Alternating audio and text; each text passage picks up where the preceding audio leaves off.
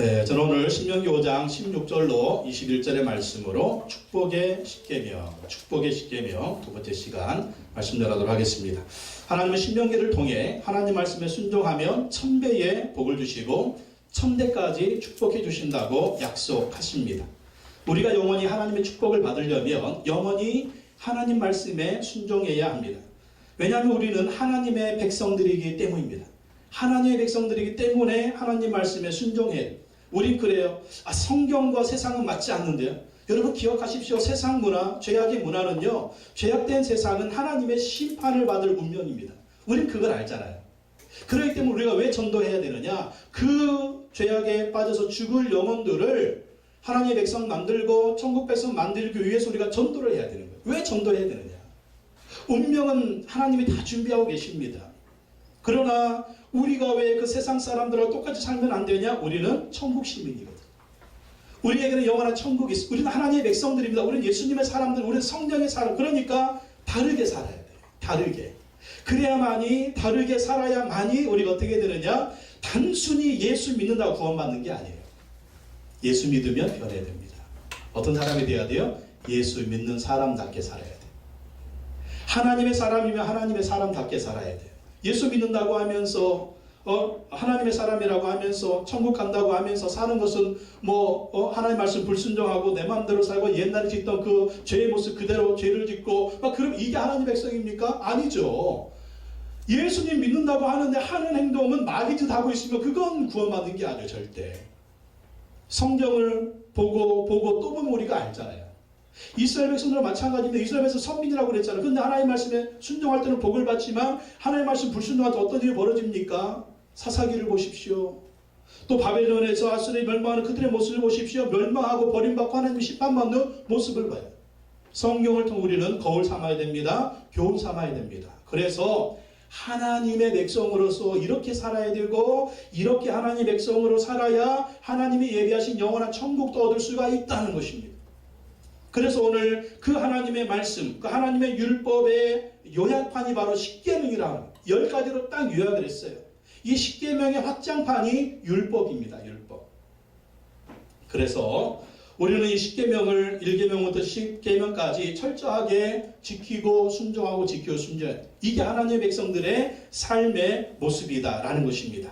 그래서 지난주에 봤던 1계명부터 4계명까지는 하나님과의 관계에 대한 계명이고 5계명부터 10계명까지는 사람과의 관계에 대한 계명이에요. 그러니까 우리가 예수님 믿는 거는요. 하나님의 백성은 뭐가 좋아야 돼요? 하나님과 관계에 좋아야 되고 또 뭐가 좋아야 돼요? 사람과의 관계가 좋아요. 십자가에 얘기하고 이게 뭐예요? 수직적인 관계. 하나님과 나와의 관계. 또 이거는 뭡니까? 수평적인 관계. 사람과 사람과의 관계가 좋아요. 어떤 사람은 그래요. 하나님하고 나만 관계만 좋으지 인간들은 아니라니까요. 하나님의 말씀은 그게 아닙니다. 하나님과의 나와의 관계도 좋아야 되고 사람과 사람과의 관계도 좋아야 된다. 그게 바로 십계명이에요. 그래서 이 십계명을 예수님께서 십자가로 다 이렇게 보여주시잖아요. 하나님과의 관계, 사람과의 관계. 1계명부터 4계명까지 하나님과의 관계였습니다. 첫째, 나 여호와 하나님 외에는 다른 신들을 내게 두지 말라. 둘째, 너는 자기를 위하여 새긴 우상을 만들지 말라. 셋째, 너는 내 하나님 여호와 이름을 망령되이 일컫지 말라. 넷째, 내 하나님 여호와가 내게 명령한 대로 안식일을 지켜 거룩하게 하라. 5계명부터는 이제 사람과 사람과의 관계를 어떻게 맺어야 되느냐. 우리가 하나님의 백성으로서 5번째 계명 명령하십니다. 너는 내 하나님 여호와께서 명령한 대로 내 부모를 공경하라. 사람과의 관계를 제일 먼저 하나님이 명령하시면서 무엇을 명령하십니까? 내 부모를 공경하라. 내 부모에게 효도하라. 그 명령을 하십니다. 신명기 5장 16절 다시 한번 읽어보겠습니다. 16절 시작. 너는 내 하나님 여호와께서 명령한 대로 내 부모를 공경하라. 그리하며 내 하나님 여호와가 내게 준 땅에서 내 생명이 길고 복을 누리리라. 하나님이 명령이에요. 뭐 하라고요? 내 부모를 공경하라. 하나님의 명령입니다. 내 부모를 공경하라. 그리하면 조건이 붙었어요. 그리하면 내 하나님 여호와가 내게 준 땅에서 어디에서? 가나안 땅에서. 축복의 땅에서. 젖과 꿀이 흐르는 땅에서. 우리에게 적용하면 어떻겠습니까? 하나님이 주신 축복을 너희가 받게 될 거라는 거예요. 내 생명이 길고 복을 누리리라. 생명의 복, 또 여러 가지 복들, 이 복을 하나님이 누구에게 주시느냐? 부모를 공경하고 부모님을 잘 섬기고 부모에게 효도하는 자에게 하나님이 복의 복을 주신다라는 것입니다. 이 계명은 성년이 된 자식들에게 늙은 부모를 잘 봉양하라는 명령입니다. 이 계명 자식들이 무조건 부모에게 순종하고 복종해라 이 의미가 아니에요. 100% 부모가 말하는 부모가 시키는 대로 그런 명령이 아닙니다. 부모의 권위를 보호하라는 거예요. 부모의 권위. 늙고 힘이 없다고 무시하지 말라는 것입니다. 당시에 나이가 들어 노동력을 상실한 노인들이 집에서 쫓겨나고 길거리로 내몰리는 그런 경우가 있었대요. 우리나라에 옛날에 고려장, 그게 진짜인지 뭐 일본 사람들이 만들어낸 건지 뭐 그런 의견들이 있는데 막 늙은 부모를 산에다가 갖다 버리는 그런 게 있었죠. 왜? 먹고 살 게 없으니까. 먹고 사는 게 힘드니까. 그러니까 그런 것처럼 옛날에도 이 당시에도요 이런 경우가 많이 있었다고 합니다. 이런 상황에 처한 힘없는 노부모들의 인권을 보호해주라는 거예요. 노부모들의 인권을 보호해줘라. 그리고 부모가 노년에 어려움을 당하지 않도록 자식들이 잘 돌보라는 것입니다. 잘 돌보라. 그럼 어떻게 한다고요? 부모를 돌보는데 경제적인 손실이 있다. 부모를 돌보는데 경제적으로 지원을 해서 내 돈이 많이 마이너스가 된다. 그러면 어떻게 한다고요? 하나님께서 투자한 금액, 부모를 위해서 투자한 금액의 몇 배라도 갚아주신다. 하나님이 갚아주신다. 그게 하나님이 이렇게 약속하시고 그 갚아주실 것을 보증해 주시는 것입니다. 그래서 가정이 잘 유지가 되고 가정에서 부모의 권위가 흔들리지 않도록 배려하라는 거예요. 그래서 이제 우리가 성경을 잘 보면 아브라함이, 이삭이, 야곱이 이렇게 보면 이 부모들이 죽을 때 자녀들을 막 축복하잖아요. 막 축복하고 부모들이 죽습니다. 그게 뭡니까? 하나님의 축복이 자녀들한테 계속 전수되도록 믿음의 가정, 믿음의 가문, 하나님의 축복이 부모의 축복을 통해서 자손들에게 계속 이어지게 하는 것을 볼 수가 있어요. 그러니까 이런 축복을 누가 누구에게 주었어요? 부모를 잘 섬기고 부모를 잘 공경해야 그 부모들의 자식들을 축복하고 하나님의 축복이 부모를 통해서 그렇게 흘러가게 되는 거예요. 우리 잘 보면 부모님한테 잘하는 이 자식들이 잘 되는 걸 봅니다. 네, 잘 돼요. 하나님이 그렇게 축복을 해주십니다. 우리도 형제가 10형제잖아요. 10형제인데 이 10형제 중에 누가 잘 자느냐? 가만히 보면 부모님 살아계실 때 부모님한테 잘한 그런 형제가 제일 잘 자라요. 대표적으로 여섯째 형님인데 여섯째 형님은 이제 시골에 아버님 가까이 집에 살면서 건축업을 합니다. 이 건축업을 하면서 돈을 많이 벌었어요. 제가 돈 빌려달라는 소리 한 번도 안 했는데 하여간 돈을 많이 벌어가지고 잘 살고 있어요. 가만히 보면 부모한테 잘하니까 하나님이 그렇게 복을 내려주시더라고요. 에베소서 6장 1절로 4절 말씀에 보면 자녀들아 주 안에서 너희 부모에게 순종하라 이것이 옳으니라. 내 아버지와 어머니를 공경하라 이것이 약속이 있는 첫 계명이니 이로써 내가 잘되고 땅에서 장수하리라. 또 아비들아 너희 자녀를 노엽게 하지 말고 오주주의 교훈과 훈계로 양육하라. 자녀는 부모를 공경해야 되고요. 부모는 어떻게 해야 돼요? 자녀를 노엽게 하지 말고 오주주의 교훈과 훈계로 양육하라. 그러니까 부모는 자녀들을 또 잘 양육을 해야 됩니다. 하나님의 말씀으로 또 좋은 성품, 좋은 인격으로 이 자녀들을 잘 양육을 해야 돼요. 그리고 그 자녀들이 하나님을 경외하도록 또 모범을 보이면서 아버지와 어머니처럼 나도 저렇게 살아야지 이런 존경심을 유발을 해줘야 됩니다. 그리고 이 자녀들한테 부모는 좋은 추억을 남겨줘야 돼요. 우리 엄마 아빠 생각하면 딱 떠오르는 거 그게 있어야 돼요. 우리 엄마 우리 아빠 너무 좋은 분들이었어. 좋은 추억을 물려줘. 이번에 이제 여러 어버이날 되면 이 자녀들이 엄마 아빠에게 편지 이렇게 쓰잖아요. 은혜 받은 게 있습니다. 뭐냐면 요셉이가 학교에서 시키니까 썼겠죠. 학교에서 뭐라고 썼냐면 엄마 아빠 감사해요. 감사할 것이 5조 5천억 개나 되지만 지들끼리 쓰는 내용이니까 감사할 것이 5조 5천억 개.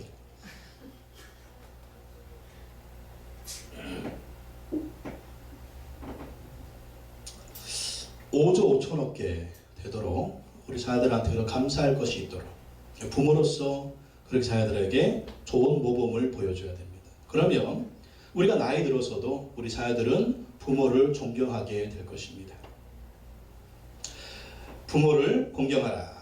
여섯 번째 계명, 살인하지 말라. 신명기 5장 17절 읽어보겠습니다. 시작. 살인하지 말지니라. 한 번 더. 살인하지 말지니라. 한 번 더. 살인하지 말지니라. 이 계명은 의도적으로 살인하지 말라는 계명. 살인하지 말라. 인간의 생명은 누구 거예요? 하나님 거라는 거예요. 인간의 생명은 하나님 겁니다.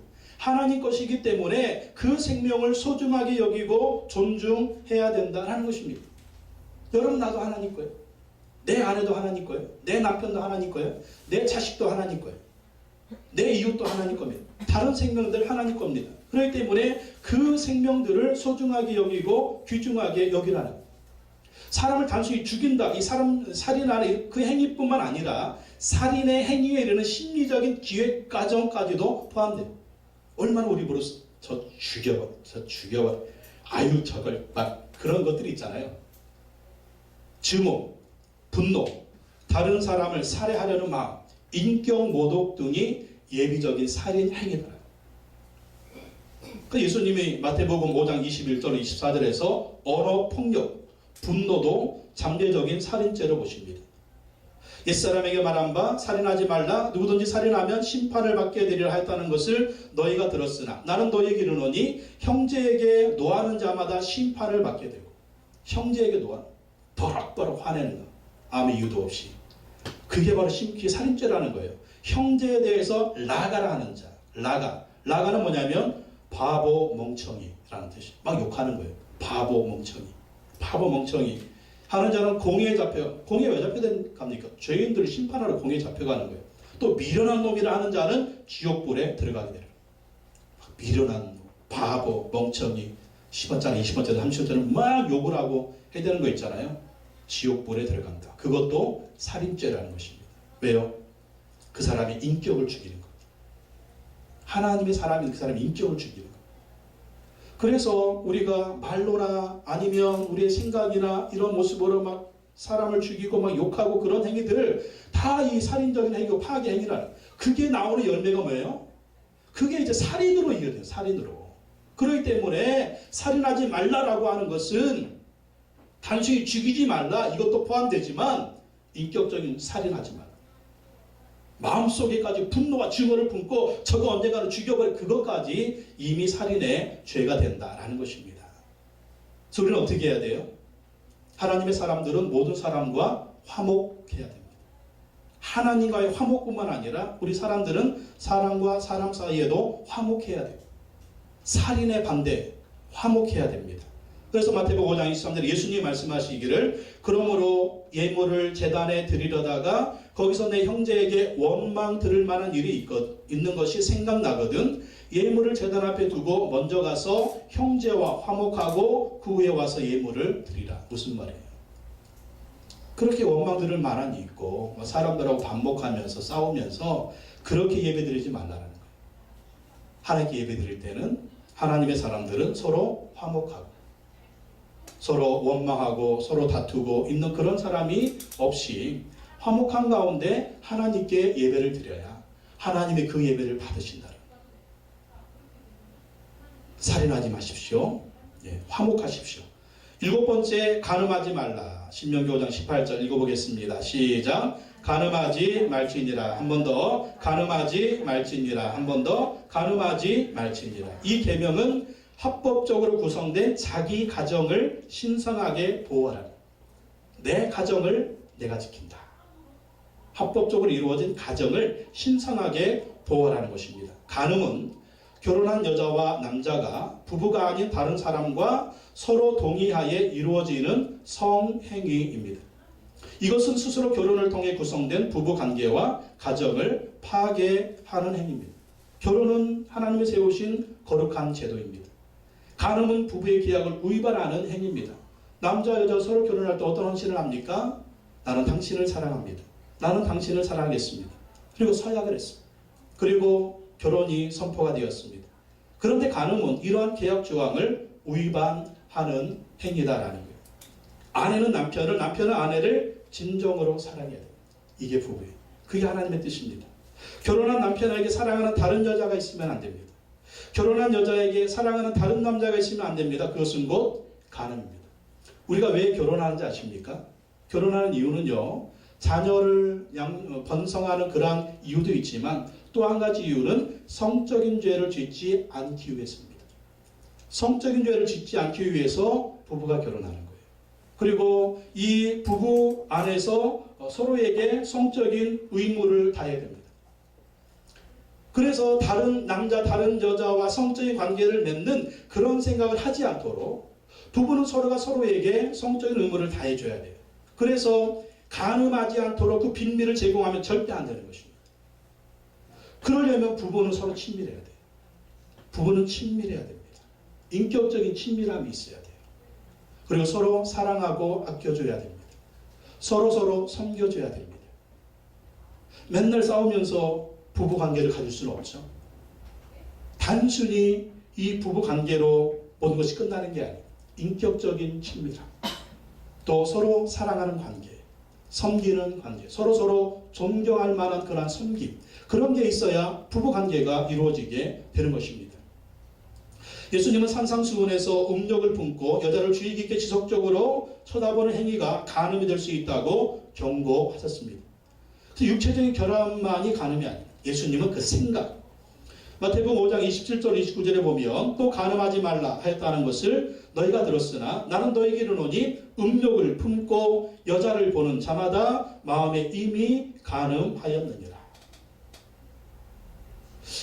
여자나 남자는 안 쳐다볼 수 없죠. 쳐다볼 수 있죠. 근데 쳐다보기는 하는데 멋진 남자, 예쁜 여자 쳐다볼 수 있어요. 근데 쳐다보는데 뭘 품고? 음욕을 품고. 저 사람은 하룻밤 잤으면 좋겠다. 그 생각과 그 계획을 하는 것 자체부터가 이미 간음했다. 간음하려고 하는 생각, 간음하려고 하는 계획, 그것부터가 간음이라는 거예요. 그래서 29절에 만일 내 오른눈이 너로 실족하게 하거든 빼어버려라. 내 백체 중 하나가 없어지고 온몸이 지옥에 던지지 않는 것이 유익하며. 이게 무슨 말이에요? 간음죄는 지옥의 저주 받을 만한 죄악이다. 그러면 다 빼야 돼요. 다 진짜 빼라는 거예요. 그러려면 이 몸이 성한 사람 하나도 없을 거예요. 무슨 말입니까? 계획하지 말라는 거예요. 아예 생각도 하지 말라는 거예요. 생각하지 말고 계획하지 말고 절대로 간음하지 말라라는 것입니다. 부부의 관계를 지키십시오. 가정을 지키십시오. 8번째, 도둑질하지 말라. 신명기 5장 19절 읽어보겠습니다. 19절 시작. 도둑질하지 말지니라. 한 번 더. 도둑질하지 말지니라. 한 번 더. 도둑질하지 말지니라. 이 계명은 서로의 재산권을 인정하라는 것입니다. 남의 물건을 훔치지 말아라. 남의 물건을 훔치지 마라. 이것도 하나님의 뜻입니다. 근데 여기에서 도둑질하다라고 번역된 히브리어 간압은요, 인신납치를 의미합니다. 인신납치, 인신납치, 인신매매. 남의 생명을 도둑질하는 거예요. 인신납치, 인신매매를 하지 마라. 고대 사회에 인신납치가 굉장히 만연했답니다. 심지어는 사람들을 잡아다가 노예로 팔아버렸죠. 인신매매입니다. 이걸 하지 말라는 거예요. 그러니까 사람들을 납치해가지고 노동력을 사용을 하고 또 배우자를 찾기 위해서 인신납치가 일어났습니다. 그런 것을 하지 말라는 거예요. 요셉의 형들이 요셉을 노예로 팔아먹었습니다. 이런 것들을 하지 말라라는 것입니다. 사사기 21장에는 베냐민 지파의 남은 자들이 실로에 춤추러 오는 여자들을 집단으로 납치해서 자기들의 아내로 삼는 사건이 나옵니다. 이스라엘 백성들이 베냐민 지파가 하나님의 명령을 거부하고, 이건 하나님 앞에 중대한 범죄, 중대한 범죄임에도 불구하고 그게 사사기의 특징이었어요. 자기 소견에 옳은 대로 사는 것. 하나님 앞에 중대한 범죄였다라는 것. 그래서 사사기는 이스라엘의 가장 영적인 암흑기였다라는 것입니다. 옛날에 노예제도는 사람들을 도둑질하지 말라는 하나님의 계명을 중대하게 어긴 죄입니다. 그래서 이게 만연했죠. 아프리카 노예들을 잡아다가 팔고 그들을 노예로 부렸습니다. 대표적인 게 영국이었습니다. 영국. 아프리카 노예들을 잡아다가 노예 매매를 하는 거예요. 유럽 시장에 노예들을 공급하는 겁니다. 이것을 보고 하나님의 거룩한 마음을 가지고 일어났던 사람이 영국의 국회의원이었던 윌리엄 윌버포스입니다. 윌리엄 윌버포스. 자기가 예수님 믿고 또 성경을 보니까 이건 하나님의 뜻이 아니에요. 도둑질하지 말라라. 임신납치하지 말라고 했는데 이 기독교 국가라고 자처하는 영국이 이 짓을 하고 있으니까 윌리엄 윌버포스는 이것을 자기 평생의 사명으로 하였습니다. 이걸 금지시키면 법을 만들면 돼요. 법을 만들면 돼요. 국회의원의 사명이 뭡니까? 법을 만드는 거잖아요. 그래서 윌리엄 윌버포스는 노예무역 금지법을 만들려고 평생 헌신을 했습니다. 사례우엽들, 귀족들, 정치인들 다 이걸 가지고 이 기득권을 이득을 챙겼는데 윌버포스가 그 운동을 하니까 막 죽이려고 사례우엽하는 그런 말이 있었어요. 그런데 수십 년에 걸친 치열한 싸움을 통해서 윌리엄 윌버포스는 영국에 더 이상 노예무역을 하지 못하도록 노예무역 금지법을 만들었습니다. 그것이 통과한 후에 윌리엄 윌버포스는 천국에 갔습니다. 또 미국의 16대 대통령 링컨은 어떻습니까? 이게 하나님의 뜻이 아닌데 노예 제도가 남북 전쟁을 하면서까지 이 노예 해방 운동을 일으켰습니다. 그랬기 때문에 영국이 미국이 위대한 나라가 된 거예요. 도둑질하지 마십시오. 또 9번째, 내 이웃에 대하여 거짓 증거하지 말라. 신명기 5장 20절 읽어보겠습니다. 시작. 내 이웃에 대하여 거짓 증거하지 말지니라. 한 번 더. 내 이웃에 대하여 거짓 증거하지 말지니라. 쉽게 생각하면 거짓말하지 말아라. 거짓말하지 말아라. 좀 더 구체적으로 적용을 해보면 법정이나 혹은 그와 유사한 일들에서 벌어지는 죄악을 금하는 것입니다. 거짓 증거하지 마라. 거짓 증인되지 마라. 그러니까 법정에서 증인 쓸 때 증인 선서하잖아요. 나는 진실말을 말할 것을 선서합니다. 그러면서 법정에서 거짓말한다는 거지. 우리가 국회 청문할 때도 오면 쫙 나와가지고 진실만을 말하겠습니다. 그러다가 진실 말하는 사람도 있고 거짓을 말하는 사람도 있습니다. 선서하고 그리고 말해야 될 모든 그러한 법정과 같은 또한 그러한 유사한 상황에서 거짓 증거하지 말라. 오직 진실만을 말하는 것입니다. 그리고 진실을 밝히는데 초점을 맞추라는 것입니다. 거짓 증인들을 동원하는 게 누구예요? 권력자들이죠. 또 부자들. 그래가지고 힘이 없고 가난한 자들이 법정에서 불이한 증거 때문에 어려움을 당하고 고통을 당하고 그러잖아요. 그러니까 거짓 증거하지 말고 약한 사람들을 보호하라는 거예요. 가난한 사람들을 보호, 약한 사람을 보호해라. 그래서 법 앞에는 모든 사람이 뭐하다? 법 앞에서는 모든 사람이 평등하다. 근데 우리가 보는 세상 어떻습니까?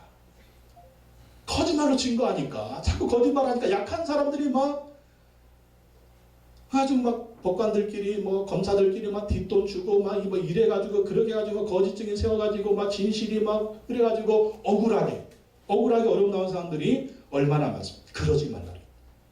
진실을 말하고 진실을 밝혀라. 그게 바로 하나님의 명령입니다. 열왕기상 21장에 보면 아합 왕과 이세벨이 나봇의 포도원을 강탈하고 그를 왕 모욕죄로 기소하기 위해서 거짓 증인들을 동원합니다. 그래가지고 무고하게 아합과 이세벨이 나봇을 죽이잖아요. 나봇을 죽이고 나봇의 포도원을 강탈합니다. 하나님 이것을 다 보셨습니다. 그리고 어떻게 심판하십니까? 아합 왕은 전쟁터에서 화살 맞아 죽게 만들고 이세벨은 개들의 먹이가 되게. 하나님이 다 보시고 심판하시는 거예요. 예수님 재판할 때 거짓 증인들의 말이 있었습니다. 그래서 예수님의 재판은 불법 재판이었습니다. 그래서 예수님이 억울하게 사형을 받아서 십자가에 죽으셨죠. 하나님이 이것을 보시고 어떤 심판을 내리십니까? 이스라엘을 완전히 멸망시킵니다. 그리고 2000년 동안 나라 없는 백성으로 살게 하십니다. 하나님이 다 보시고 하나님이 정확하게 심판하시는 거예요. 그래서 법정의 재판관은 하나님이십니다. 하늘의 법정에서 하늘의 재판관은 하나님께서 다 보고 계신 거예요. 그래서 성경은 뭐를 얘기합니까? 공의와 정의를 행하라. 하나님의 뜻을 행하라. 공의와 정의를 행하라. 그래서 하나님이 반드시 뭐가 승리하게 하십니까? 정의가 승리하게 하십니다. 하나님은 공의가 승리하게 하십니다. 역사를 보십시오. 역사의 수레바퀴는 천천히 돌아가지만 정확하게 돌아갑니다. 마침내 정의가 이기하시고 공의가 승리하게 하십니다. 오늘 우리나라도 보면 무엇이 있습니까? 가짜 뉴스, 인터넷의 거짓 기사들, 이런 것들 때문에도 얼마나 많은 사람들이 인권과 명예가 한순간에 추락을 하고 있습니다. 그러지 말라는 거예요. 우리는 하나님의 백성들로서 진실을 말해야 돼요. 우리는 하나님의 백성들로서 진실을 따라가야 합니다. 그래서 세상에 소금과 빛의 역할을 감당해야 된다라는 것입니다. 마지막 10번째, 내 이웃의 모든 소유를 탐내지 말라. 신명기 5장 21절 다시 한번 읽어보겠습니다. 시작. 내 이웃의 아내를 탐내지 말라. 내 이웃의 집이나 그의 밭이나 그의 남종이나 그의 여종이나 그의 소나 그의 낙이나 내 이웃의 모든 소유를 탐내지 말지니라. 탐내지 말라. 이웃의 아내와 재산을 탐내지 말라. 이것은 바로 우리 인간의 탐욕을 경계해요. 탐욕. 우리 인간 본성에 있는 탐심, 탐욕, 욕심. 이 탐심은요, 이미 선포된 9가지 계명을 위반하는 일의 첫걸음이에요. 사람이 이 마음에 탐심이 가득하면 이 탐심으로부터 죄는 시작됩니다. 9가지 계명을 다 어길 수가 있어요. 다 어겨버리고 뭘 위해서? 자기 숭배를 하는 거예요. 내 욕심만을 차리는 거예요. 나를 위해서, 나를 위해서, 나만을 위해서, 나만을 위해서. 그래가지고 자기 숭배에 빠져버립니다. 내가 왕이다. 내가 하나님이다. 그러면서 다 모든 우주의 중심은 누구로 돌아가는 거예요? 나 중심으로 돌아가는 거예요. 내가 하나님이 되어버린 거예요. 그래가지고 1계명부터 9가지 계명을요, 싸그리 다 무시해버립니다. 내가 왕이야. 내가 주인이야. 내가 원하는 대로, 내가 뜻하는 대로 모든 것이 다 이루어져야 돼. 그래서 이 탐심은요, 그것 때문에 남의 것을 탐내게 되는 거예요. 이웃의 아내를 탐내지 마라. 집을 탐내지 마라. 밭이나 남종이나 여종이나 소나 낙이나 내 이웃의 모든 소유를 탐내지 마라. 무엇입니까? 생각을 정리하라. 생각. 그 생각에 탐심이 들어가서 남의 가정을 파괴하지 말고, 남의 가정의 것을 빼앗지 말고, 남의 가정을 붕괴시키지 말라는 것입니다. 내 것도 소중하듯이 남의 것도 소중하라는 거예요. 경계는 딱 지키라는 거예요. 내 것과 남의 것, 그 경계를 지켜가지고 그 경계가 허물어지지 않도록 그렇게 하라는 것입니다. 다윗이 부하의 아내 밧세바를 보고 탐하여 이웃의 아내를 빼앗아 버렸습니다. 그리고 이 죄악을 감추기 위해서 그의 남편 충성스러운 신하였던 우리아를 죽게 했잖아요. 이게 탐심의 죄야. 탐심의 죄야. 그리고 나단 선지자가 와가지고 당신이 죄를 졌습니다. 그렇게 했을 때 회개하고 회개했지만, 죄는 용서받았지만 그 죄로 인해서 다윗의 집안에 칼이 떠나지 않았어요. 자식들끼리 서로 막 죽이고 죽이는 일이 얼마나 많이 벌어졌습니까? 심지어는 아들 압살롬이 아버지를 죽이고 왕이 되겠다고 반란을 일으켰잖아요. 탐심으로 인한 죄가 이러한 형벌을 가지고 오게 된 것입니다. 그래서 탐내지 마십시오. 이웃의 것을, 남의 것을 탐내지 마십시오.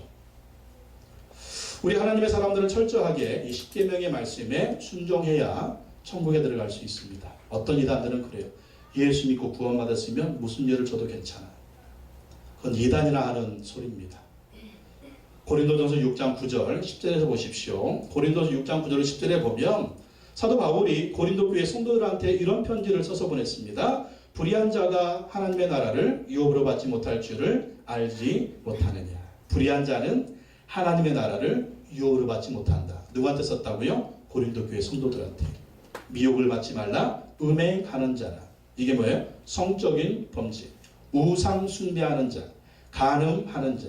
탐색하는 자. 탐색하는 자는 남자 창기들입니다. 남자 창기들. 남색하는 자. 남색하는 자는 동성연애자들입니다.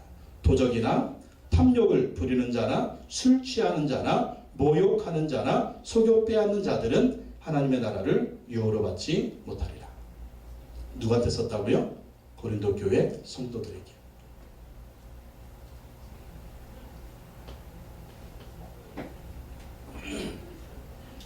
오늘 이 구약의 십계명뿐만 아니라 신약의 말씀 우리에게 정확하게 얘기합니다. 하나님의 나라를 유업으로 받으려면 십계명의 말씀에 순종해라. 천국에 들어가려면 예수님 믿는다고 거기서 끝나지 말고 삶을 변화시키라. 죄는 버리고 하나님 말씀에 순종해야 하나님의 축복을 받고 하늘의 복과 땅의 복을 받는다라는 것입니다. 예수님은 하나님을 사랑하고 이웃을 사랑하라고 이 십계명을 정리해 주셨습니다. 마태복음 22장 37절에서 40절에 예수께서 이르시되 내 마음을 다하고 목숨을 다하고 뜻을 다하여 주 너희 하나님을 사랑하라 하셨으니 이것이 크고 첫째 되는 계명이요 둘째도 그와 같으니 내 이웃을 내 자신같이 사랑하라 하셨으니 이 두 계명이 온 율법과 선지자의 강령이니라. 성경의 요약입니다. 모든 율법의 요약, 선지자들의 메시지의 요약입니다.